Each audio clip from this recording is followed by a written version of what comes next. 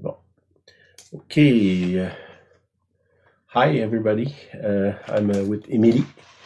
We had a chat in July, I think. Yeah. Last July. I have some question I asked her, and Emilie is my daughter, and she have a interesting life experience. You're not biased at all. No, I'm not biased. The thing is, was raised in the church, went away for school and work and everything, and so I'm interested to know what's going on in her life as a person of her age, representing a lot of children that were raised in church and would say not going too much or not going at all in church, still having a spiritual experience with God.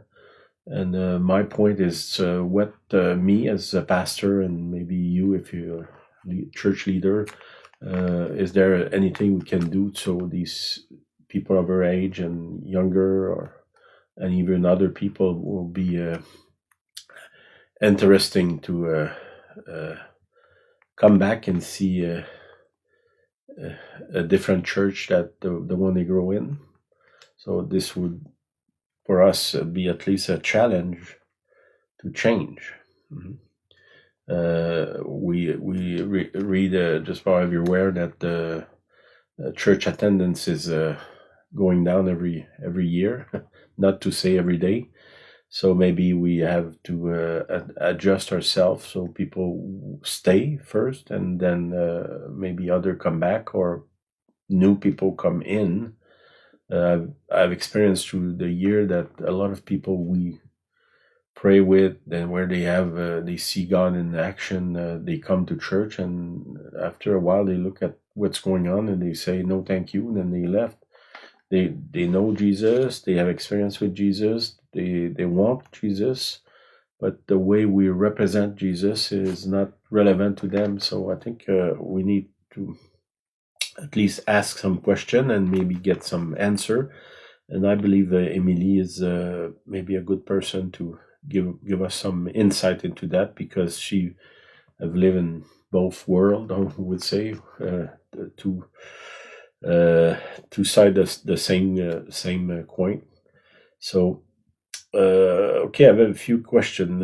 I know you went to United States last summer, spend time there, and just I know something happened to you there. So would you just want to give us some insight? Yeah, I can give the reason why I left. Yeah, could be. So yeah, last year, the same time, like in February 2022.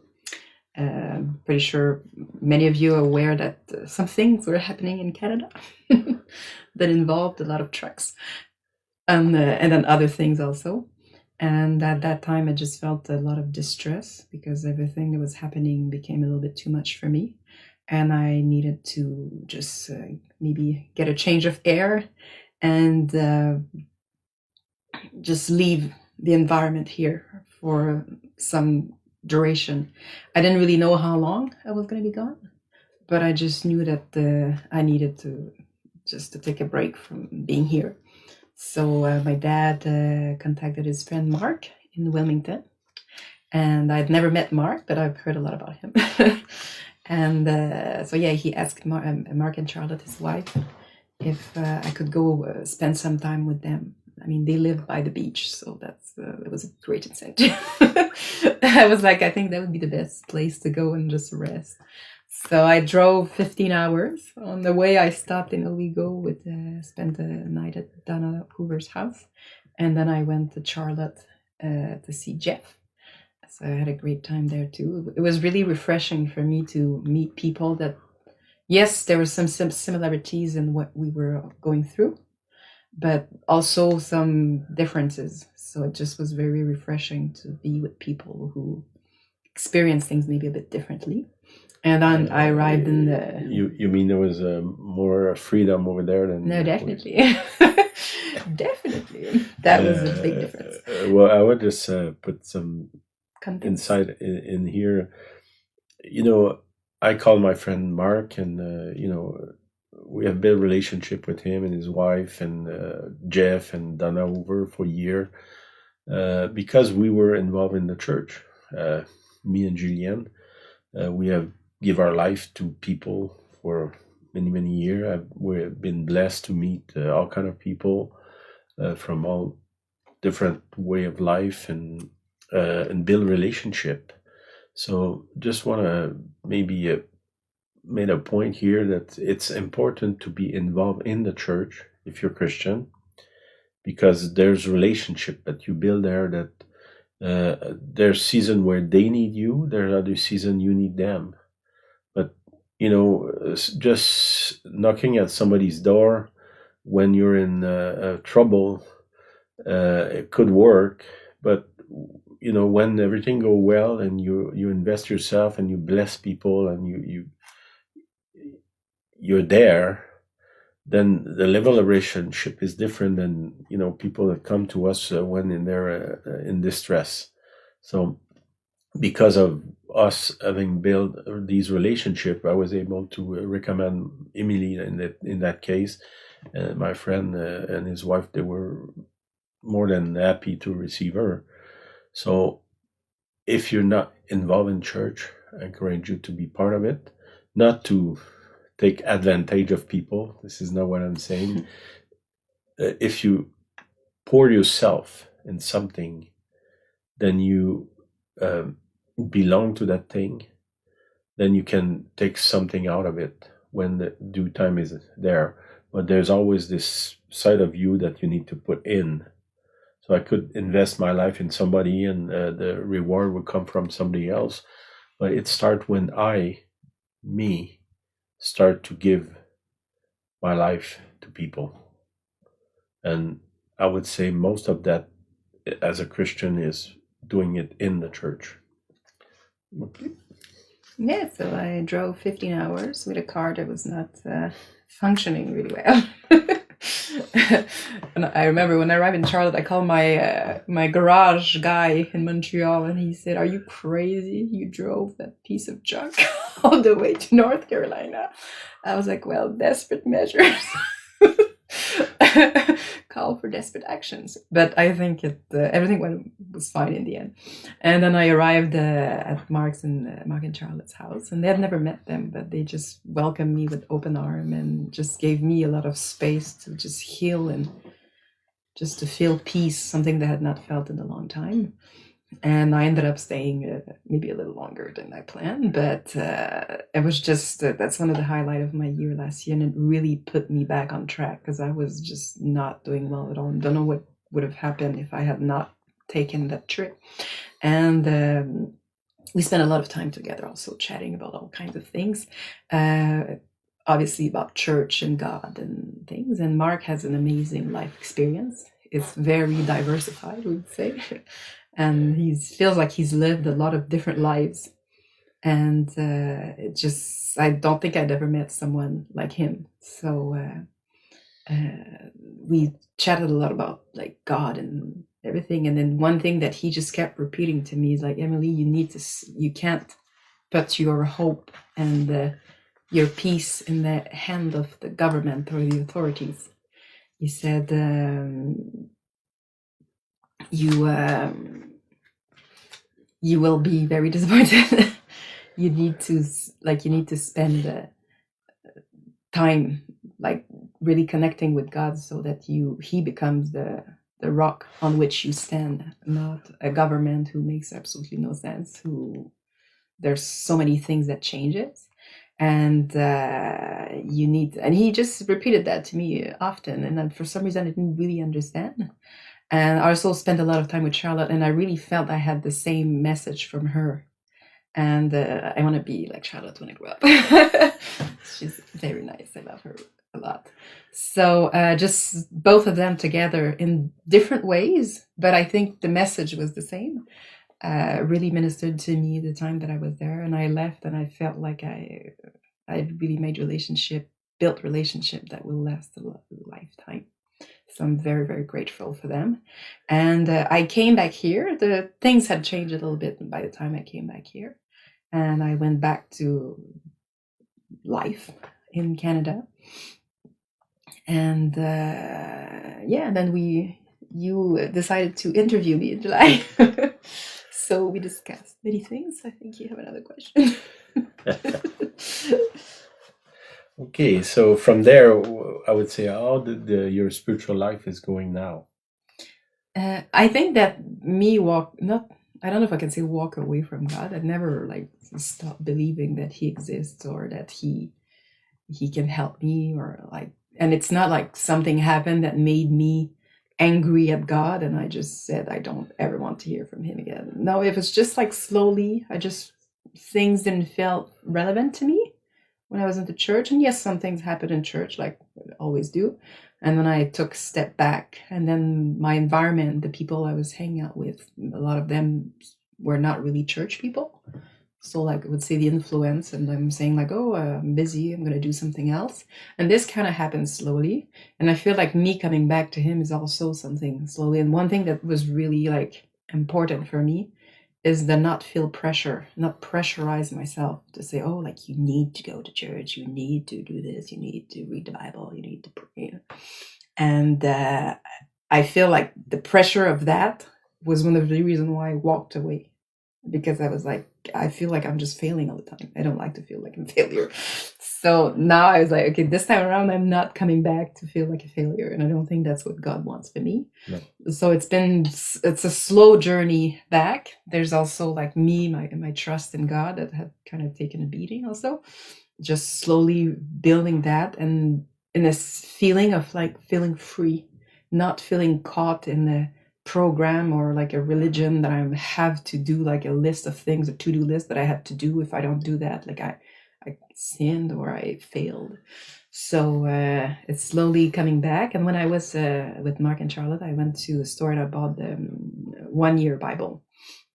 And I had read it a little bit, but not really like seriously. But like this new year starting, I was like, okay, like I really want to do this. It's important to me. And it's also a question of like disciplines, like self-discipline. And already, like I read in January about Joseph, the story of Joseph, like all the dreams, and I really connected with that story, and I felt that God was speaking to me through that story. And now I'm reading like the names of many people, so I cannot say that I really connect with the like book of number. The book of Numbers. Yeah, I haven't really felt like inspired by that, but and also like if I skip a day, then the next day maybe I'll read 2 instead, like 2 days, I guess, and not to feel like the pressure of saying that you're not performing. I don't want to be a performing Christian. I don't want to do performance, and don't want the pressure also. So these are 2 things that I felt okay, this time around I just don't want that, and I want to feel guided by God, not to feel like I have to perform. Okay. What do you think now that we're coming out of COVID about like church, and where do you see the church need to go, like from now? We know that most churches were closed during the COVID era, at least in Quebec or Canada. Yeah. My guess is God was behind that. He was calling ourselves to Him instead of us to the church. Not that the church is bad, but He's God. So I believe the church I would call that post-COVID church, need to readjust, because the life around us have changed tremendously, and so we need to reinvent ourselves, let's say that way, as a church. And I'm like looking for insight from the outside. Like I would call you an outsider. I like being an outsider, by the way. I was never an insider. So. Well, one thing that to me, as we come out of like this 2 years of really almost 3 years, 2020, like a very an intensity in society that in my lifetime I've never felt. I've seen that. One thing that I wouldn't say is worrying, maybe that would be the right word, is how easy it was to divide people, and how fast and how easy it was to completely divide people that would have known each other for years, and then because of different opinions and different thoughts on certain things, then that relationship exploded or ended, and in a lot of anger and hurt. And I feel like as we're coming out of that, there's a lot of healing that needs to happen. There's some people that were deeply, deeply hurt, either by their family members, by their surrounding, like their jobs they've had for 20 years, they ended up having to give up that. And also even just like the social trust that we're kind of taught to have as we grow up in society, like regarding like authorities and government. There's a big breakage that have happened in many different type of relationship, and some people are suffering from that. Some people are almost like traumatic post PTSD almost, in a sense. And how do we come out of that crisis and we rebuild those relationships, or we rebuild ourselves, maybe with new relationships or new ways to see like how we interact with other people. And even for me, like I've been questioning myself where, okay, maybe I was on one side of the discussion because there's two sides of everything. And then I was like, okay, well, I'll just hang out with the people that think like me, that have the same opinions. And then I realized, because we're like a refuge for each other, because we were persecuted by the other side that don't agree with the way we think. But then as time went by, I realized that in my group, people were starting to devour each other. There was like, oh, you don't think exactly like me, then I hate you. And then I was like, okay, this is not working for me, this being on one side or the other. I want to be on either side. I don't want to be on either side. I want to be a person that can communicate with both and be fine with that. And maybe some people on one side or the other will not want to talk to me because of my opinion, and I will respect that. But I want to be an open person that is not caught in a box, because I feel like right now, if you have to be in a box, if you're not in a box, then you're like, oh, like there's a problem with you. Like I'm like, I don't care. I don't want to be in a box. I want to be a person, like a neutral person, where okay, maybe our opinions differ, but we can still behave have courtesy with each other, and we can still have a relationship. Maybe it's not the same relationship we've had before, but we can still be friends. We can still communicate with each other. We can still be in each other's lives. And I'm thinking, how does the church become a current, or would be like when you say there's a dam to keep water, and then you open the floodgate of like saying like, okay, the church becomes the main current of how we heal from this, Jesus, if you look at Jesus at his time, nobody could put him in the box.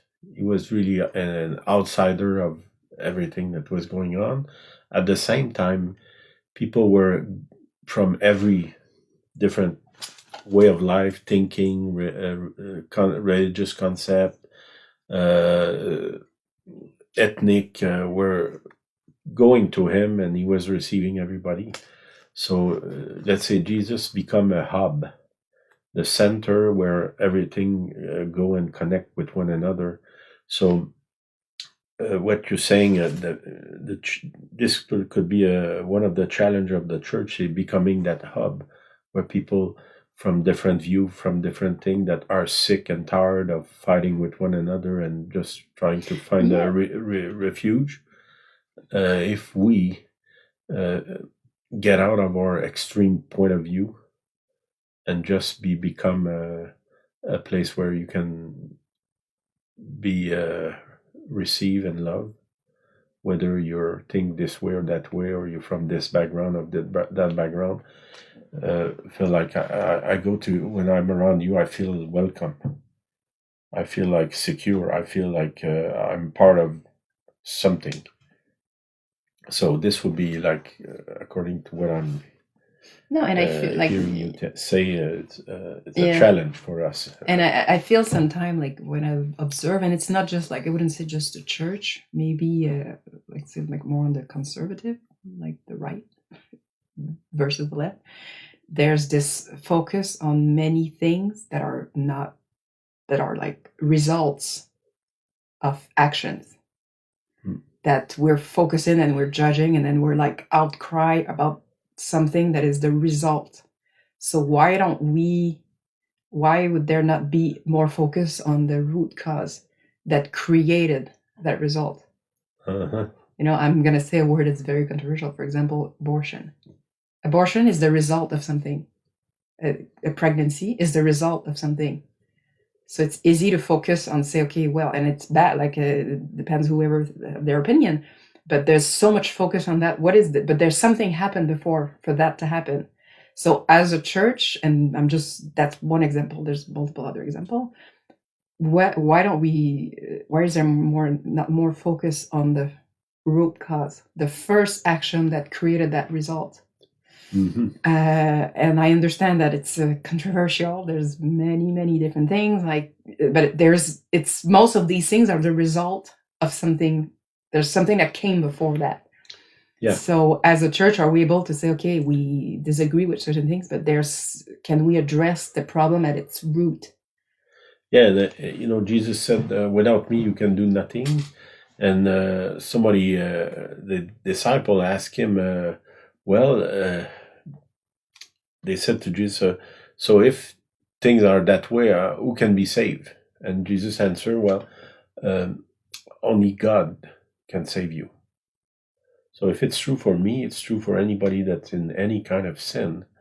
So the concept of saying, clean yourself, then come to us, is contrary to God, because God said, you come to me, I'm going to clean you. So if we create the space to welcome people with their sin, their problem, their whatever they have, and we just love them and understand that without Jesus, me, and that person can do nothing. So if I can do nothing, I cannot help that person.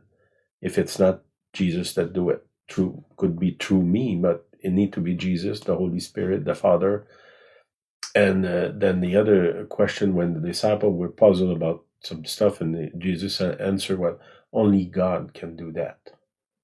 So if only God can do that, how can we be so picky about this sin or that sin? We just need to be welcome and trust that if the Lord have changed me, can change somebody else. And like Emilie said, in her case, it's like in everybody's case, in fact, a process. You cannot come to God and be totally transformed in 1 second. You can have a dramatic experience. This is what happened to me. But I would not never claim that that day. You became perfect. And you've been perfect for what? 40 years. Yeah, I've been working on let's say becoming a better person. I will not use perfection about myself, but so it's a long process, and seems like God is patient with me. So can I be patient with other? The answer is yes. The subjects you just raised, I think it's something we need to think about as a church.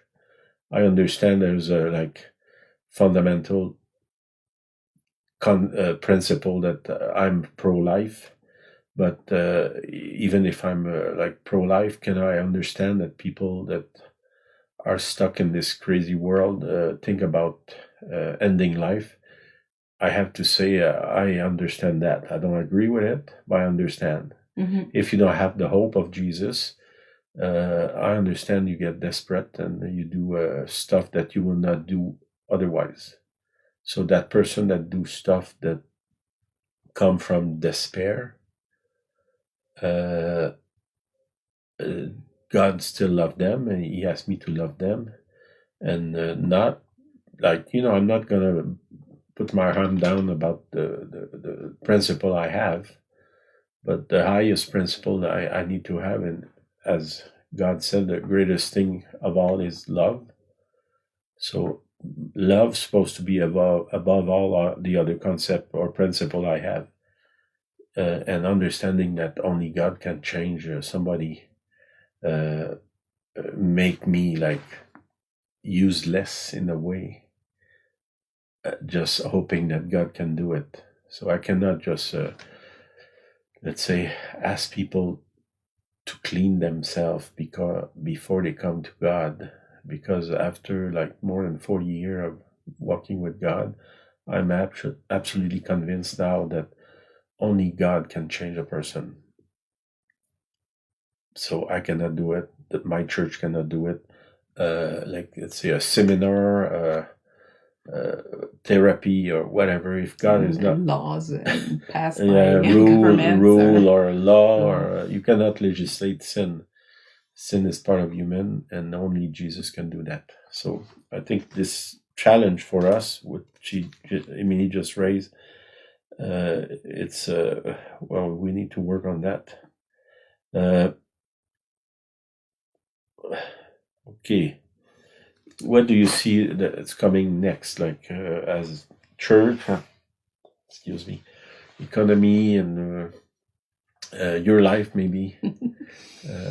Well, something that I've had to like reflect was that I hear a lot of talk around me, like from Christian, non-Christian, and just like if you open your phone and go on the internet, when the discussion about the future, you hear a lot about like doom. Doom, like the hopelessness, like this is all going down, like where there's no going back, and it just keeps getting worse and worse and worse. And it's hard for me, who's still young, not that young, but still young, to think, well, okay, I'm not dying, I'm not on the dying tomorrow. Well, I'm not sure. I don't think so. But I still have many years to live. So what is there for me to look up to? Because if I follow what I read, either people who think we're like living revelation and God is coming back, I don't assume to know when God's coming back. That narrative, and then there's also the narrative of like just the world saying like, just look around you. There's not much that gives you hope for the future. But then I read somewhere that there's a pendulum that goes like this. And then in our history, the world history, you had time when the pendulum goes towards evil, and it goes really, really far. But as this law of physics, the pendulum will come back. So to me, it just felt comforted in saying that, God is in control. And yes, we've had other time in our history where the pendulum went in the evil really far. But I think that we're nearing the end of where that pendulum can go towards evil. And already I feel around me that there's a lot of people who are awakening to certain things that are happening around us, where a couple of years ago, we would not have felt that people were really aware. And I feel that everything that's evil in this world right now, like world leader, whatever, that have evil agenda, we're reaching the end of that. And then the pendulum would go back. That doesn't mean it will never go back to evil, but like there's like God is, if you look at the history, it's like I think God is in control. Mm-hmm. And I want to believe that what we're going through, yes, there might be a little bit more time of that, but to keep the hope that there is, it will go back. And I hear a lot of people around me saying, well, I'm not having any kids. I don't want to raise my kids in that evil world. And my answer to them, because I used to think like that, well, you're so right, And now my answer is like, no, you're a person who's awake. You're a person with values. You believe in God, or you believe in something greater. You need to, like, I would not have kids. You need to have children because they are the generation of the future. So when this pendulum go back, like, who's going to be left? No one. So I don't know if I make sense, but to me, it's more like, okay, I don't want to stop living my life because the future, if I base my future on what's going on right now, there's not much hope. But I want to feel that, there's other people in history who went through horrific things and they survived. And I want to think that in their mind at that time, when they were living in an absolute horror, nightmare, hell on earth, they kept the hope that good would come out, good would come back, and that there would be an end to all of this evil that they were experiencing. And I want to be someone like that, who thinks that regardless of what I'm told around me, the economy, I guess let's say like nothing's really going well right now. Things will go back. The sun will come back. At night, every time. One thing you can count on is that in the morning the sun is going to come out. Maybe not in the Arctic Circle, but well, if you don't live in the Arctic Circle, maybe. Okay, so I'm going to end with this. What Emilie just shared is about us, the church. I believe the church have the message of hope. The God said, I will never leave you, neither forsake you. I will be there for you. Everything that happened to you will turn to good. Jesus died for us on the cross so we can have life, abundant life. So this is the message of the gospel. So maybe if you're in this doomsday gospel type of thing, gospel is a good news. So it need to be a good news. It's not like the end is near. You're gonna be destroyed, and if you don't act, all this stuff. So good news is Jesus want you to be part of his kingdom because he loves you. Whatever is your sin, wherever you come from, his purpose is to save you. He invite you, he wants you to be with him. And the message we have as a Christian is a message of hope and love for everybody. Because God so loved the world,